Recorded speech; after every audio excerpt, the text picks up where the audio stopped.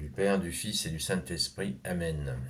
La paix de Jésus soit dans votre maison, sa paix et sa joie. Alléluia. Nous lisons le Saint-Évangile selon Saint Luc, chapitre 25 à 38.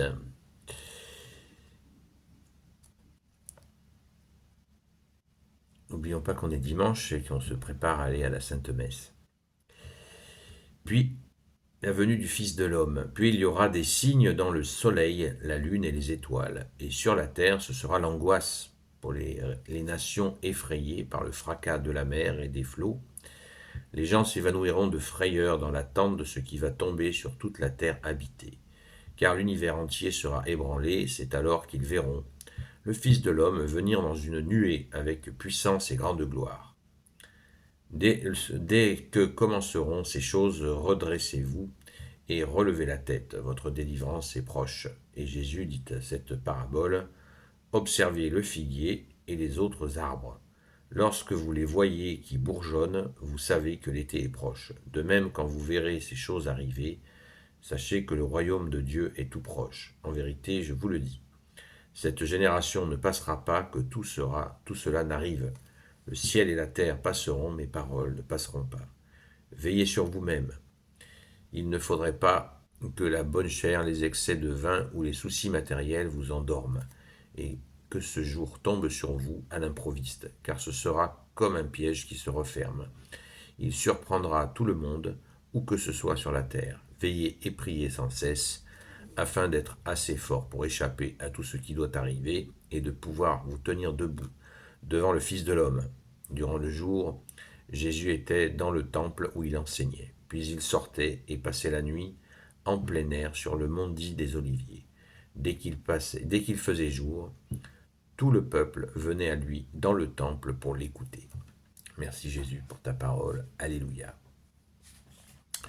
Eh bien, nous avons, pour ceux qui suivent les vidéos du matin, de chaque matin, eh bien, nous avons lu tout cela et j'en ai apporté un petit commentaire. Donc ce dimanche, c'est une révision de ce que nous avons lu cette semaine. Alors, on se prépare, on est dimanche matin, on se prépare à aller à la Sainte Messe. Il est toujours bon d'avoir un rappel, et encore tout n'y est pas. Ce texte, le point de départ de ce texte, c'est Jésus qui annonce la destruction du temple qui aura lieu, il le prophétise.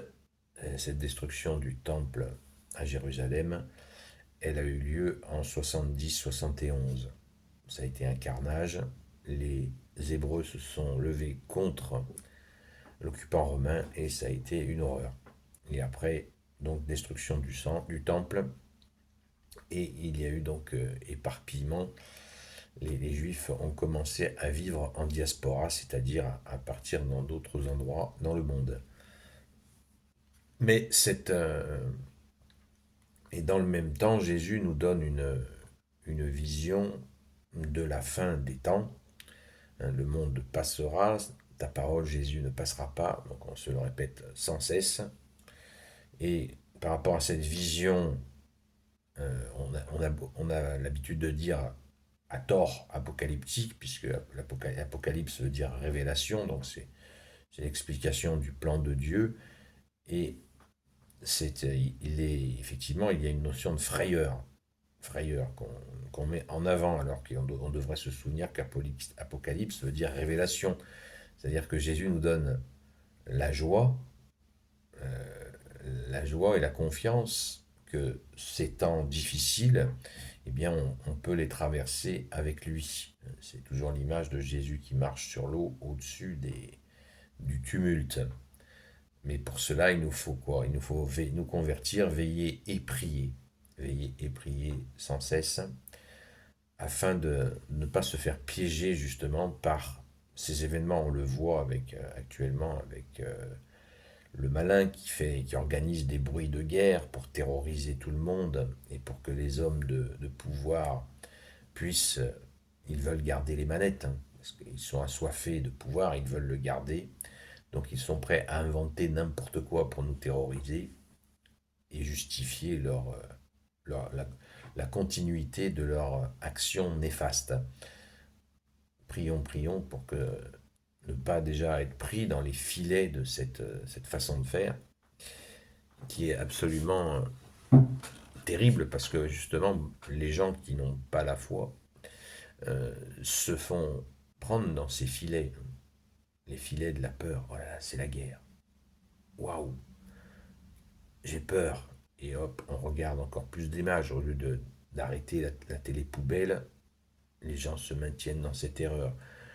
Jésus nous dit au contraire de nous convertir, de prier afin de gagner cette confiance, cette paix, confiance en Jésus bien sûr, et la paix qu'il nous donne pour traverser ces événements qui de toute façon auront lieu, c'est l'agenda. Et Jésus, dans son grand amour, nous donne le déroulé de ce qui va se passer. Ce fracas qui arrive, y compris par rapport à des cataclysmes naturels qui arrivent, on le sait, on en a déjà vu, et il y en aura d'autres. Et Jésus nous dit, voilà, notre patrie céleste est là, le royaume des cieux, eh bien, préparons-nous à y rentrer. Ça ne veut pas dire qu'il faut complètement délaisser ce qui se passe sur Terre. On fait du mieux, c'est ce qui s'appelle la bonne foi. De bonne foi, on fait de notre mieux en fonction de nos possibilités et on demande à Jésus de nous aider à dépasser nos difficultés pour pouvoir traverser ces événements. Mais surtout, dans la veille, dans la prière, Jésus nous dit tenez vos lampes allumées. Ça veut dire Jésus est notre lampe. Il nous éclaire. Il est la lumière. Il nous éclaire.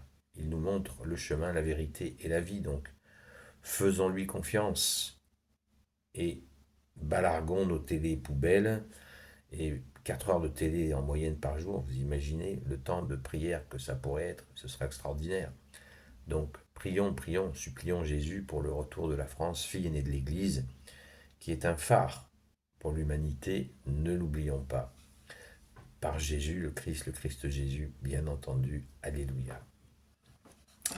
Gloire soit au Père et au Fils et au Saint-Esprit, maintenant et toujours et pour l'éternité. Amen. Ô Jésus, toi qui peux tout et qui portes tout, toi le Sauveur, toi l'Emmanuel, je te confie toutes celles et ceux qui regarderont cette vidéo, ainsi que leurs proches, selon ta seule volonté, ô Jésus. Sainte Marie, Reine des cieux, Saint Joseph, la terreur des démons, Sainte Marie-Madeleine, notre chère Sainte Patronne, et vous, tous les saints et saintes amis de Jésus,